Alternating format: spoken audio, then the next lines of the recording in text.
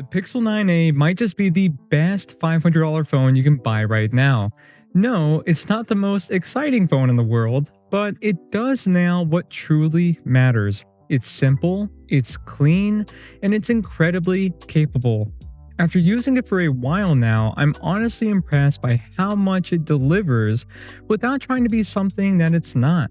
Let's break it down by its design, display, battery, camera, performance, and its overall features, the pros, the cons, and why this phone should be on your radar in 2025. The Pixel 9a is all about subtlety.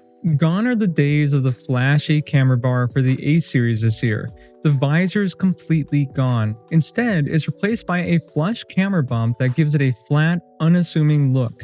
One downside of this, at least for me, is that I use the camera bar as a good place to rest my finger and hold the phone just a little bit better, but I do think it looks a lot cleaner this way.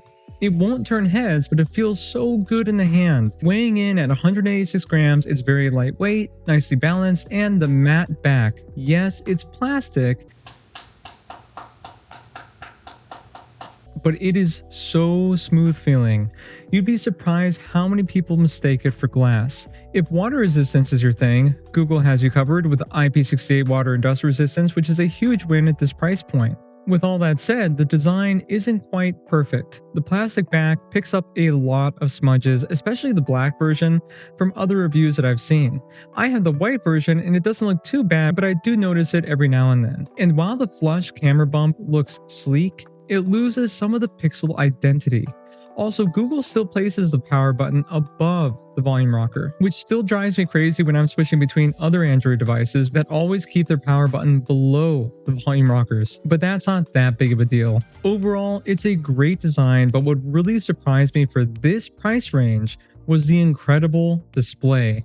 The display is just gorgeous. The Pixel 9a rocks a 6.3-inch OLED panel with 120Hz refresh rate and a peak brightness of 2700 nits. That's flagship level brightness in a phone that costs just a little bit under $500. Colors are accurate, the always-on display is very useful, and the outdoor visibility is excellent, even in my bright Florida sun. It's a noticeable upgrade from the Pixel 8a, which had 2000 nits of peak brightness, and a perfect match for the standard Pixel 9, which is more expensive, which comes in at the same peak nits of brightness. This is overall an amazing phone for the price. But yeah, the bezel. It's pretty thick. Not a deal breaker, but if you're coming from a more bezel-less phone, you'll definitely notice it. I will say though, I have switched between many phones this year, all of them being from different price ranges, having thinner and thicker bezels. And after using the Pixel 9a, even after a couple of hours, I stopped noticing the larger bezel entirely. And pushing that bright display is a 5100 mAh battery, which just keeps going and going. Battery life is excellent. This thing easily lasts a full day and more. Right now, it's about 8:14 p.m. here in Florida, and I've been using this all day, and I'm sitting at 28% of battery life. And I haven't been using it lightly. I think if you're a relatively light user, you can actually get 2 days of battery life with this phone.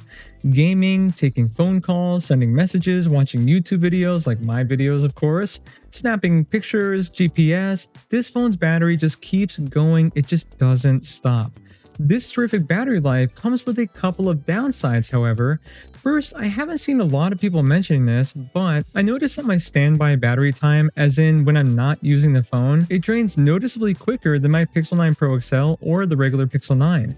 It might be a software bug, but it's something to note. Next is the charging speed. You're only getting 23 watts of wired charging, with no brick in the box, by the way, I guess gone are those days, and 7.5 watts of wireless charging. That's really slow even for a budget device. Expect a little under 2 hours for a full top-off and longer if you're using wireless charging. This is not a plug-in for 15 minutes before heading off to work kind of phone. You might get this out of other phones like the OnePlus 13R, but you're not going to do it with this one. You're going to have to charge this overnight, and if that's something that you do all the time, you're going to be totally fine. Pixel devices overall just really need to improve the charging, and this is no exception. But where this device does not disappoint is that camera. Wow. This is still a Pixel after all, and it definitely shows. The 48 megapixel main sensor is fantastic. It has great dynamic range with natural colors, excellent detail, Whether you're taking shots in the bright light or indoors, it's reliable and very consistent. Night photos look clean as well without being overly processed, and Google's Ultra HDR makes them truly pop on the screen. They look incredible. There's also a 13 megapixel ultra wide, which is pretty good, and a 13 megapixel front camera, which isn't as nice as the Pro model's 42 megapixel camera, but it does a solid job. Both are solid overall and are very respectable in low light, though the ultra wide does seem to soften the image a little bit too much. Zoom is digital up to 8 times, but anything past 2 times starts to kind of fall apart. The software does a decent job with digital quality zoom, but it's still not going to be an equal replacement for an optical zoom like you would have on the more expensive models. 4K 60 on the Pixel 9a. Just going to walk over here a little bit. Got the bright Florida sun over there. Swing around here. And I'm just going to jump up and down, get an idea of the stabilization. Okay. I'll keep on going. And let's do some zooming. So let's do 2 times. And this is all digital, and it only goes up to 5 times.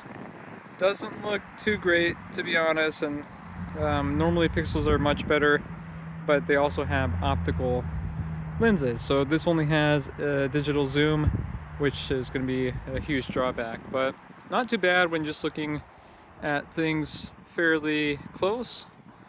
But try to zoom in any more than 2 and you lose pretty much all detail. So there you go.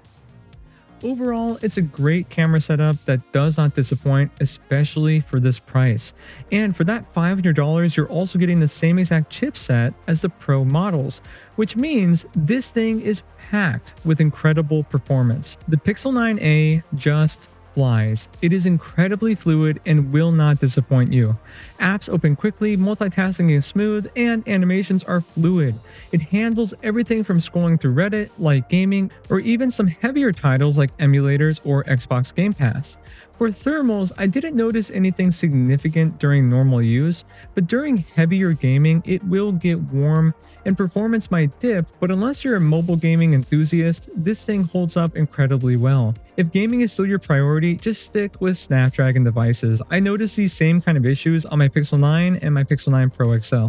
One thing to note is that this only comes with 8GB of RAM. Would I have liked a 12GB RAM option? Absolutely, but for most people, 8GB is enough, and the phone doesn't feel limited because of it.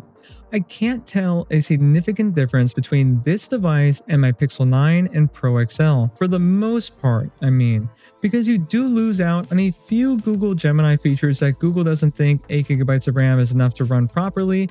But anyways, before we talk about those things, however, let's talk about the good. The Pixel 9a is the definition of value. You get Android 15 right out of the box, and Google promises 7 years of updates. That's an insane value for a budget phone like this one. And for consumers who just want a cheaper option that they can use securely for many years, this is the phone for you.